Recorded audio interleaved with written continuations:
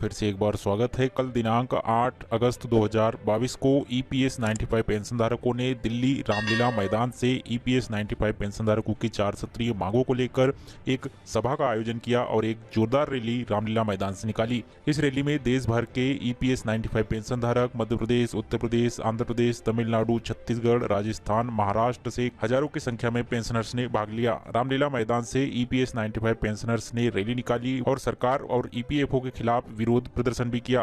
2 बार प्रधानमंत्री नरेंद्र मोदी जी से आश्वासन मिलने के बाद भी ईपीएस 95 पेंशन धारकों की मांगे मंजूर नहीं होने के कारण ईपीएस 95 पेंशन धारकों में रोष व्याप्त दिखा। आंदोलन में आए सभी ईपीएस 95 पेंशन धारकों के साथ साथ आंदोलन के बारे में कमांडर अशोक राउत ने कहा, ये राष्ट्रीय संघर्ष समिति जो ईपीएस 95 पेंशनरों का देश भर में काम कर रही है,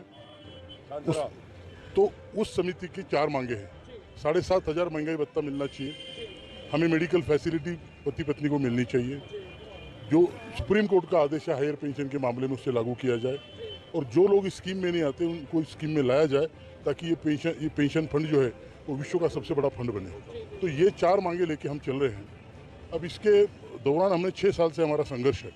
हमने आदरणीय प्रधानमंत्री जी से 2 बार मुलाकात की, आधे घंटे चर्चा की। उन्होंने दोनों बार हमें आश्वासित किया कि आपका मुद्दा जेन्युइन है और मैं ये करूँगा। अब मुद्दा जेन्युइन क्यों है? क्योंकि इन लोगों ने पूरी ज़िंदगी हर महीने पेंशन के लिए पैसे भरे हैं। तो हर महीने अगर पेंशन के लिए कोई पैसे भरता है, पहले 417 भरते थे, फिर 541 भरते थे, अभी 1250 भर रहे हैं। इतना पैसा हर महीने भरने के बाद इन लोगों की औसतन पेंशन पूरे हिंदुस्तान में 1171 रुपया है। अब 1171 रुपये में ज़िंदगी भर पेंशन पैसे भरने के बाद 1171 रुपये में 2 आदमी ने कैसे जीना है? उनकी मेडिकल फैसिलिटी क्या होगी? वृद्धावस्था में वो कहाँ जाएगा? और 1000 रुपये मिनिमम पेंशन इस गवर्नमेंट ने की, ऐसा वो दावा करते हैं। लेकिन मैं कहता हूँ 23 लाख लोगों को अभी तक 1000 रुपये पेंशन नहीं मिल रही है। प्रधानमंत्री जी ने बड़ी सहिष्णुता से बिल्कुल मुद्दे को समझकर हमें आश्वासन जब दिया, तो उनको जब पूरी स्थिति हमने बताई तो उनकी आंखों में नमी थी, उनको बहुत सिंसियर थे बताने में। प्रश्न ये है कि इसमें EPFO, CBT, central board of trustees, श्रम मंत्रालय, वित्त मंत्रालय, ये सारे डिपार्टमेंट हैं, और इसमें सबसे बड़ा कलाकार जो है वो ईपीएफओ है, जिसके पास पैसा है, और श्रम मंत्रालय, श्रम मंत्री इसके सीबीटी के मेंबर होते हैं, अध्यक्ष, और ईपीएफओ जो होता है उसका सचिव होता है, और जो सारे मेंबर होते हैं 43 मेंबर। ये ट्रस्ट है फंड के लिए। ये ट्रस्ट ने निर्णय लेना चाहिए, उसके बाद श्रम मंत्री ने निर्णय लेना चाहिए, उसके बाद वित्त मंत्री ने मदद करनी चाहिए, तब वो प्रधानमंत्री जी के पास जाएगा। तो हम इसलिए कर रहे हैं कि जो हमें करीब 1 साल हो गया, दूसरा हमें आश्वासन मिला, जो पहला आश्वासन मिला उसको 1.5 साल हो गए। तो ये सब चीज़ें होने के बाद जब ये सारी चीज़ें आज तक कार्यान्वित नहीं हो रही है, तो हम ये चाहते हैं कि प्रधानमंत्री इसका संज्ञान ले, और जो बेवकूफ़ काम नहीं कर रहे उनको लात मारे। अभी देखिए ब्यूरोक्रेट्स, उनको तो बिल्कुल सेंसिटिविटी नाम की चीज़ नहीं है।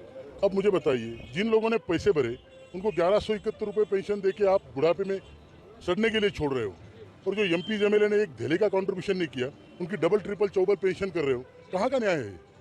आंध्र प्रदेश में पुलिस के कुत्तों को पेंशन है मैडम, 3000 रुपया।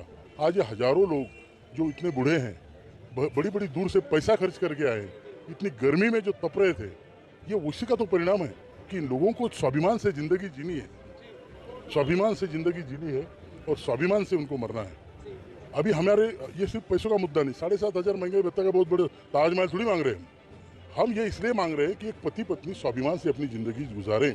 जिसने पूरी ज़िंदगी घर के लिए दिया, उसका कर्तृत्व, उसका दातृत्व, उसका पितृत्व सब छीना इस सिस्टम ने। आज ये लोग बेसहाय है। तो इनको हम चाहते हैं कि हम सभी लोग स्वाभिमान से अपनी ज़िंदगी गुजारे और स्वाभिमान से मरे। यहाँ का हमारा ये 75वीं सालगिरह आज़ादी की, तो हम चाहते हैं कि इसका संज्ञान लेते हुए हमारा मुद्दा प्रधानमंत्री जी इस पर कार्यवाही तुरंत करें। बल्कि मैं तो कहता हूँ, रिक्वेस्ट करता हूँ हाथ जोड़ के कि ये कार्यवाही 15 अगस्त को ही हो। अगर नहीं होती है तो हमें तो लड़ना है। हमने डिसाइड कर लिया है, या तो मरना है या जीतना है। हारना तो हमारी डिक्शनरी में नहीं है। That is one. दूसरी बात यह है कि हम सभी लोगों ने सोचा है कि हम सड़ते सड़ते नहीं मरेंगे, ज़रूरत पड़ी तो हम लड़ते लड़ते मरेंगे। क्या करेंगे ऐसे ज़िंदगी का जो जिल्लत भरी है? ना घर में कोई मान सम्मान है, ना गली मोहल्ले में है, ना देश में है। हर कोई आके अगर लात मार के बुजुर्ग को जाता है, बुजुर्ग सहन कैसे करेंगे? हम इसलिए अभी हम जागरूक हुए हैं, अपना स्वाभिमान के लिए हम लड़ रहे हैं। ये कोई पॉलिटिकल पार्टी का आंदोलन नहीं है।